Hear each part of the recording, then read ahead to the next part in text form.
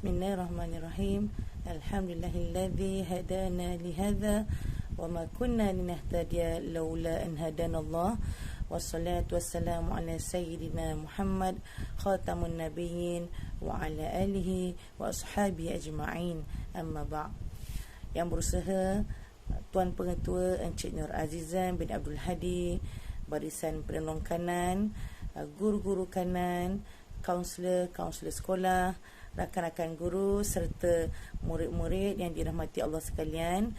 Assalamualaikum warahmatullahi wabarakatuh. Bersyukur kepada Allah SWT kerana dengan izin dan kasih sayangnya kita dapat berkumpul bersama-sama pada pagi ini secara atas talian bagi menyempurnakan program Ambang Ramadan SMK Taman Setiawangsa bagi tahun 2021. InsyaAllah di kesempatan ini saya Ustazah Nur Ain ingin berkongsi dan menyampaikan sedikit perkongsian berkenaan persediaan kita menghadapi bulan Ramadan, yang mana kita akan menjalani ibadah Ramadan pada minggu hadapan. Mudah-mudahan dengan sedikit perkongsian ini kita dapat menjalani ibadah puasa kita dengan penuh penghayatan dan penuh keimanan sesuai dengan sabda Rasulullah sallallahu alaihi wasallam, man shoma Ramadan imanan wa ihtisaban ghufira lahu ma taqaddama min dhanbihi. Sesiapa yang berpuasa pada bulan Ramadan dengan penuh keimanan dan mengharapkan ganjaran daripada Allah, Allah akan mengampunkan dosa-dosanya yang telah lalu. Murid-murid, hadirin hadirat yang dirahmati Allah sekalian, insya-Allah sebelum kita bermula dengan lebih lanjut, saya ingin berkongsi sedikit tentang persyariatan puasa. Puasa ini telah disyariatkan pada bulan Sya'ban tahun kedua Hijrah dan telah dinyatakan di dalam Al-Quran, surah Al-Baqarah ayat 183 tentang persyariatan bulan Ramadan, iaitu daripada firman Allah, A'udzu billahi minasyaitonir rajim. Bismillahirrahmanirrahim. Ya ayyuhalladzina amanu kutiba alaikumusiyam kama kutiba alal ladzina min qablikum la'allakum tattaqun. Sadaqallahul azim. Telah diwajibkan, wahai orang-orang yang beriman, telah diwajibkan ke atas kamu berpuasa seperti mana diwajibkan ke atas orang-orang yang terdahulu daripada kamu. Mudah-mudahan kamu bertakwa. Hadirin hadirat yang dirahmati Allah sekalian, bila kita sebut tentang bulan Ramadan, ia satu bulan yang sangat dinanti-nantikan dan sangat ditunggu-tunggu oleh umat Islam seluruh dunia, kerana bukan semua orang dapat bertemu dengan Ramadan tahun akan datang. Dan kita mengharapkan supaya kita dipanjangkan umur pada bulan Ramadan. Sejak dari bulan Sya'ban kita dah mulai berdoa, Allahumma barik lana fi Rajabin wa Sya'ban wa ballighna Ramadan. Ya Allah, berkati kami dalam bulan Rajab dan bulan Sya'ban dan sampaikanlah kami ke bulan Ramadan. Begitu kita ingin berada dalam bulan Ramadan. Jadi apa istimewanya bulan Ramadan ini? Banyak berlaku peristiwa besar dalam Islam, antaranya peristiwa penurunan Al-Quran, iaitu kita sebut nuzul Al-Quran yang berlaku pada 17 Ramadan. Dan juga di dalam bulan Ramadan terdapat satu malam yang sangat istimewa, yang sangat ditunggu-tunggu oleh umat Islam, iaitu malam Al-Qadar. Ini telah dirakamkan di dalam surah Al-Qadr. A'udzu billahi minasyaitonir rajim. Bismillahirrahmanirrahim. Inna anzalnahu fi lailatul qadr wa ma adraka ma lailatul qadr. Lailatul qadri khairum min alfi syahr. Sadaqallahul azim. malam Al-Qadar, yang mana pada satu malam lebih baik daripada 1000 bulan. Ya, kalau kita kira dan hitung 1000 bulan itu ditukarkan ke bentuk tahun, lebih kurang 83 tahun 3 bulan, yang mana ia satu tempoh yang sangat panjang. Ya, dan kebiasaannya kalau kita tengok umur umat Nabi Muhammad tidaklah sepanjang itu. Lebih kurang 60 ke 70 tahun secara purata. Dan Allah beri kita peluang kepada umat Nabi Muhammad satu malam yang mana jika kita beramal ibadah pada malam tersebut lebih baik daripada beribadah selama 83 tahun lebih. Ya, jadi marilah kita sama-sama rebut peluang ini untuk kita beramal ibadah dalam bulan Ramadan. Dan selain daripada itu, pintu syurga terbuka luas, pintu rahmat terbuka luas di bulan Ramadan, pintu neraka tertutup rapat. Ya, jin dan syaitan dirantai. Itu yang berlaku di bulan Ramadan. Hadirin hadirat yang dirahmati Allah sekalian, perkara penting yang perlu kita ambil perhatian dalam bulan Ramadan ini ialah perkara rukun puasa. Ya, kerana rukun ini jika tertinggal ataupun tidak dilakukan, maka ibadah kita menjadi tidak sah. Jadi kita perlu pastikan apabila kita menjalani ibadah puasa, rukun puasa kita itu sempurna. Yang pertama, pastikan kita niat di malam hari bulan Ramadan, nawaitu shauma ghadin an adai fardhi syahri ramadana hadhihi sanati lillahi ta'ala. Saja aku puasa esok hari bagi menunaikan puasa fardu Ramadan tahun ini kerana Allah Ta'ala. Kemudian rukun yang kedua, menahan diri daripada perkara-perkara yang membatalkan puasa, bermula dari terbit fajar sehingga terbenam matahari. Jadi kita perlu tahu apa perkara yang membatalkan puasa. Ya, antaranya makan dan minum pada siang hari bulan Ramadan dengan sengaja. Jika kita makan dan minum tanpa sengaja, contohnya pada hari pertama puasa, kita terlupa yang kita sedang berpuasa, ya, balik daripada sekolah terus ke dapur minum air sejuk, itu tidak membatalkan puasa kerana kita terlupa. Ya, kemudian seterusnya, masukkan sesuatu ke dalam rongga badan secara sengaja, ya, keluar haid dan nifas, mengeluarkan mani dengan sengaja, muntah dengan sengaja, mabuk ataupun pingsan sepanjang hari, ya, bersetubuh di siang hari pada bulan Ramadan, ya, gila dan murtad. Ini antara perkara yang membatalkan puasa. Ada murid yang bertanya, Ustazah, adakah suntikan itu membatalkan puasa? Ya, dan situasi sekarang ramai rakyat negara kita yang menerima suntikan COVID-19, vaksin COVID-19 dalam bulan Ramadan. Adakah membatalkan puasa?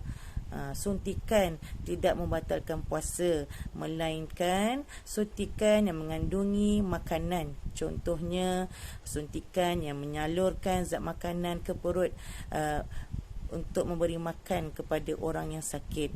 Suntikan jenis ini membatalkan puasa. Baik, seterusnya ada juga perkara yang makruh dilakukan ketika kita berpuasa. Apakah perkara tersebut?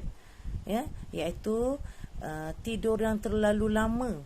Ya, contohnya setelah bersahur dan solat subuh, tidur lama sehingga ke petang. Ya, itu makruh dilakukan. Dan jika kita tidur sehingga meninggalkan waktu solat fardu, maka itu hukumnya berdosa. Ya, dan perkara makruh yang lain ialah berlebih-lebihan ketika berkumur. Ya, contohnya ambil wuduk, ya, air wuduk pula air paip sejuk, jadi lebih-lebih berkumur. Ya, itu makruh, ya, berkumur lebih daripada 3 kali. Jadi perkara makruh ini tidak membatalkan puasa, tetapi perlu kita hindari dan jauhi kerana Allah tidak suka perkara ini. Hadirin hadirat yang dirahmati Allah sekalian, marilah kita memperbanyak amalan sunat di bulan Ramadan ini, kerana kita nak rebut pahala berganda yang dijanjikan oleh Allah, ya. Yang pertama, ibadah sahur, ya. Sahur merupakan satu perkara sunat, dan itu adalah sunnah Nabi. Hadis Rasulullah sallallahu alaihi wasallam bersabda, bersahurlah kerana padanya ada keberkatan, ya. Jika kita terlalu ngantuk ataupun rasa liat nak bangun sahur, bangunlah, sekurang-kurangnya minum seteguk air ataupun makan sebiji kurma, ya, untuk mendapatkan keberkatan sahur itu sendiri. Dan sahur juga merupakan yang membezakan antara puasa orang Islam dengan puasa orang-orang bukan Islam. Dan disunatkan juga kita melewatkan sahur.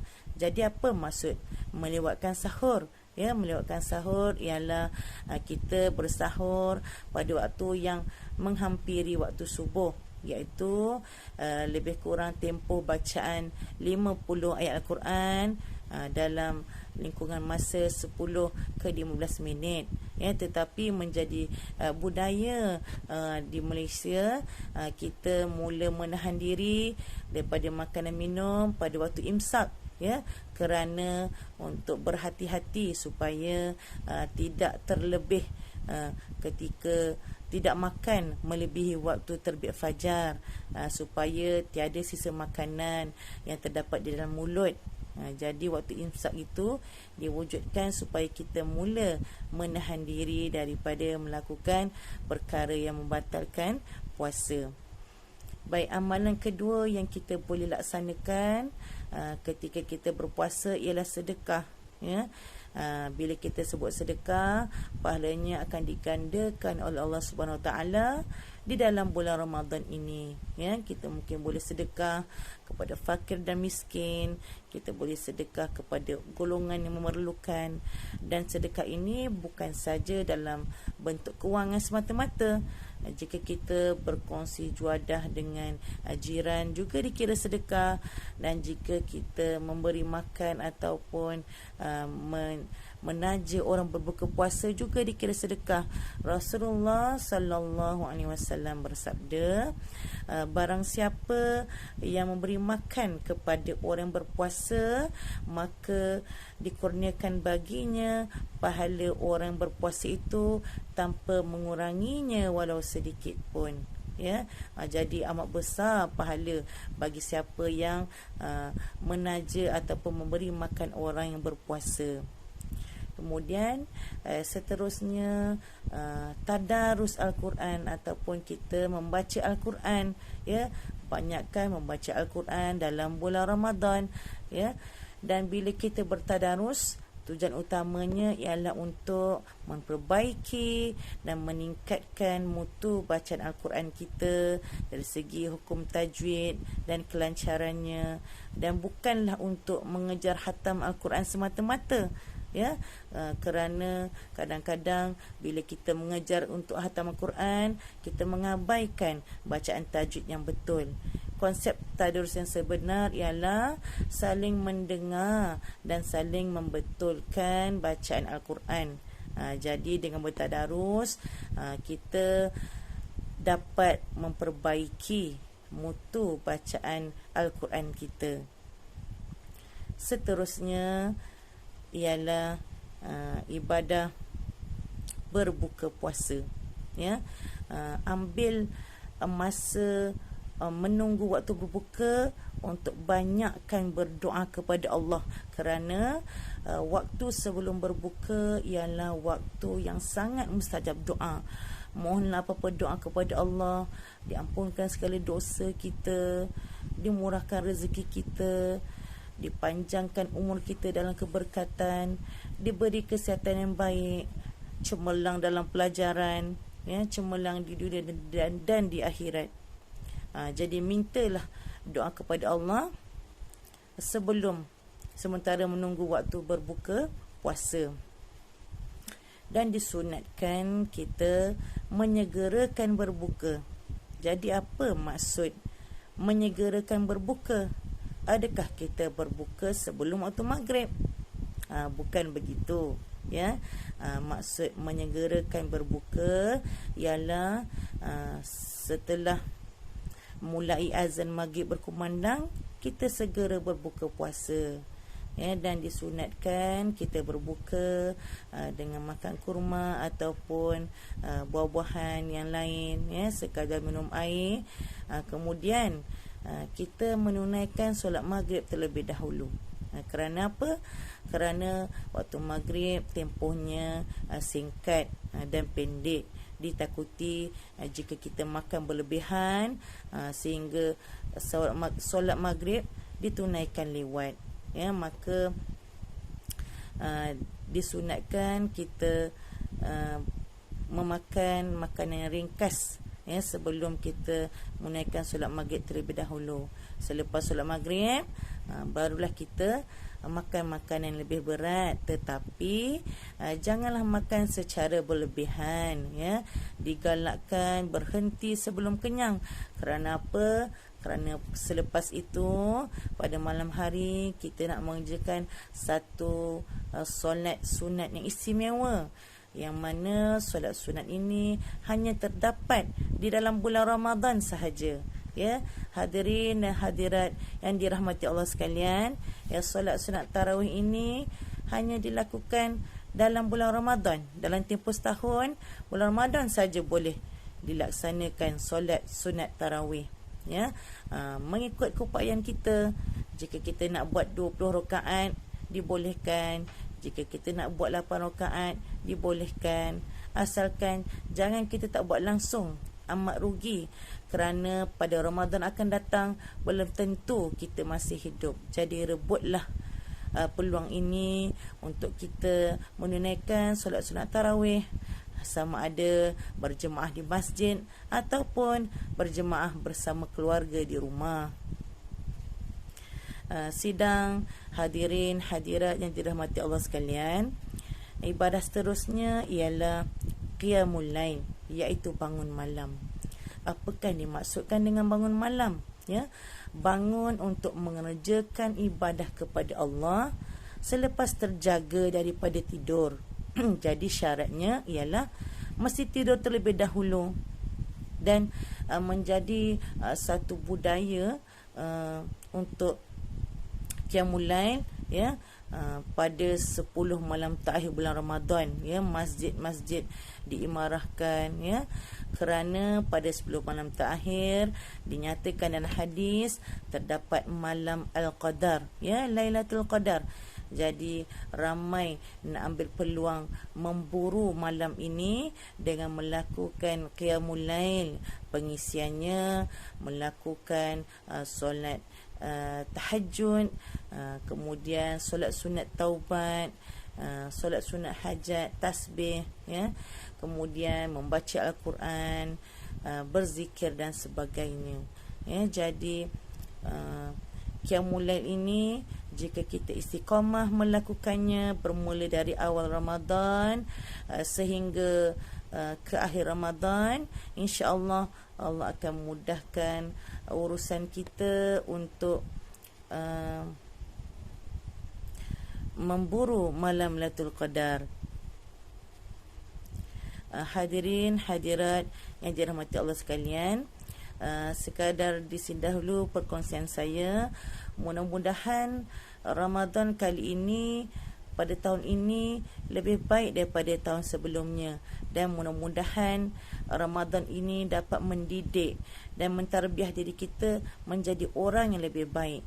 Jika sebulan ini kita dapat mengawal diri kita daripada melakukan perkara-perkara yang dilarang oleh Allah, kita dapat melakukan banyak amalan sunat, mudah-mudahan perkara ini dapat diteruskan selepas Ramadan berakhir. Dan didoakan agar Ramadan pada tahun ini kita dapat menjalaninya dengan penuh keimanan, dengan penuh pengharapan dan kesungguhan. Mudah-mudahan Ramadan ini Ramadan yang terbaik bagi kita. Kita dapat menjalani ibadat dengan sempurna, dan yang penting puasa kita diterima oleh Allah Subhanahu wa taala. Sekian saja daripada saya. Segala yang baik itu datang daripada Allah Subhanahu wa taala, dan segala yang buruk itu daripada kekurangan diri saya sendiri. Saya sudahi dengan wabillahi taufiq wal hidayah. Wassalamualaikum warahmatullahi wabarakatuh.